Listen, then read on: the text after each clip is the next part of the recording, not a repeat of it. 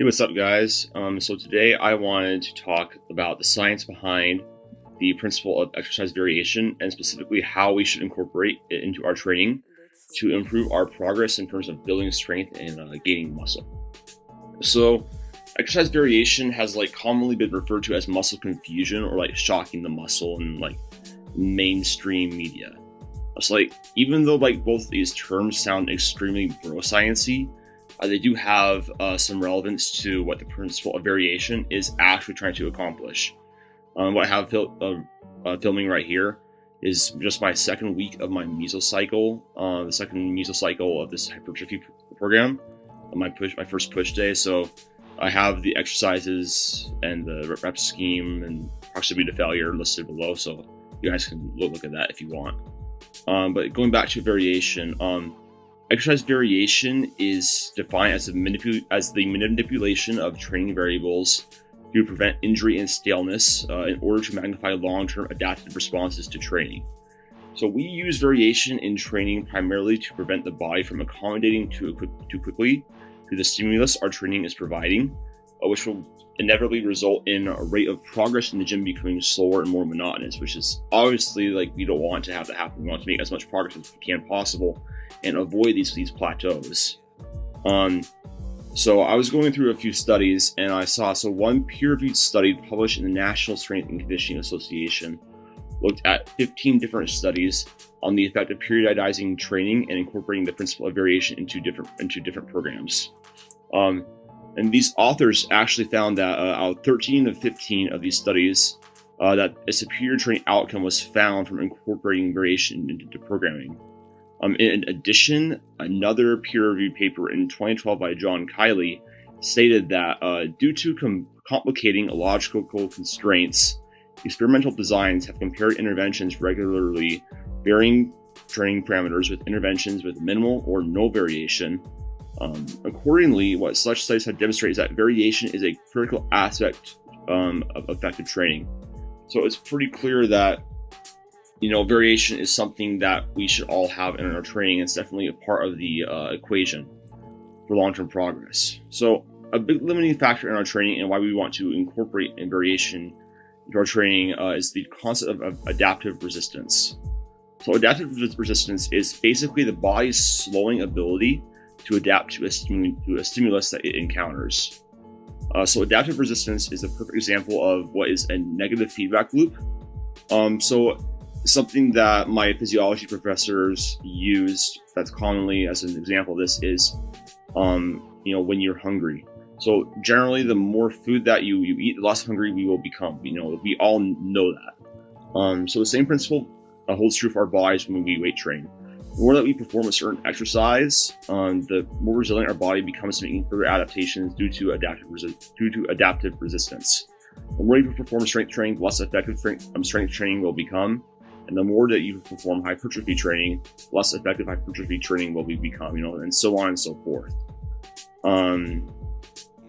So the adaptive response of training dampens with continued exposure to the stimulus.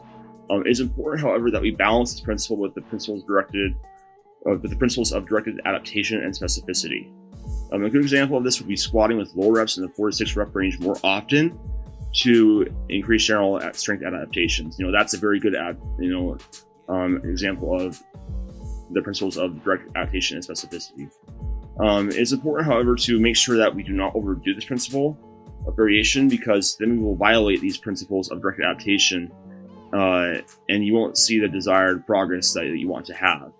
And so how I personally will avoid this issue, what I'm doing right now, is that for each 4 to 6 week mesocycle I program, I choose sets of exercises for that period of training and do not change them after I deload and begin a new mesocycle.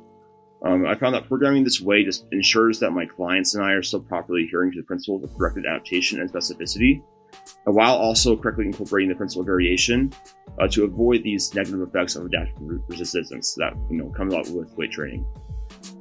Exercise variation also helps improve hypertrophy outcomes.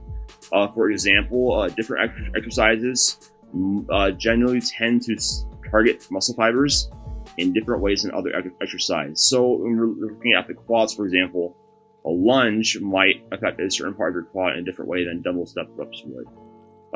Basically, having variation will ensure that you're able to consistently increase volume on the desired musculature. You want to have that stimulus in order to avoid adaptive resistance and overreaching that specific musculature used in a particular movement, both of which will hinder our ability to make more progress in the gym.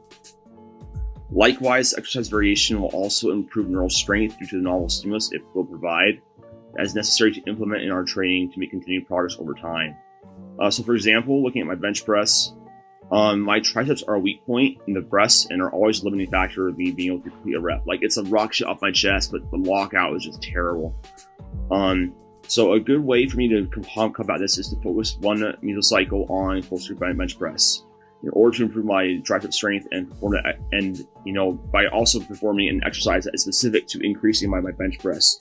And that's why for this mesocycle, I'm actually omitting regular bench press entirely and just focusing on close grip bench press. And so because I'll be working on my weak point, this will help me be able to make more progress, hopefully, when I return to my normal grip bench press again, because I have addressed that weakness and spent a good amount of time on improving. Another really overlooked part of variation, why we want to have it, is to maintain connective tissue integrity. So when we perform the same exercises over and over again, it happens along the same lines of compression and tension, and this tends to lead to overuse injuries in the gym, such as tendonitis. And so introducing new exercises each mesocycle introduces new lines of compression and tension, so that we can train hard and avoid these injuries in the long term. So the different ways that I incorporate the principle of variation into programming is by using different RPEs or intensities from different training block weeks. And generally, I'll titrate from like RPE 6 of 7 to like an RPE of 9 or 10 on an overreaching week, which will always be the last week of training before deload. This will allow for continued progress while also managing fatigue. And another way is by using different exercise selections. So a study published in 2014 concluded that changes in exercises are more efficient than loading schemes to improve muscle strength. So therefore, I would speculate that, from this, exercise variation is probably the most powerful form of variation we have in our arsenal. So I kind of already touched on this before, but, how I do this is I will choose, and how I recommend that you do this, is to choose a specific set of exercises for each muscle group for that period of training, and don't change those exercises until you deload and begin a new mesocycle.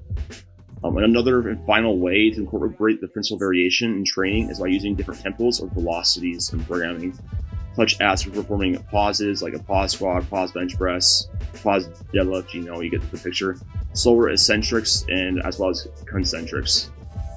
This will also introduce a novel stimulus and allow for further training progression.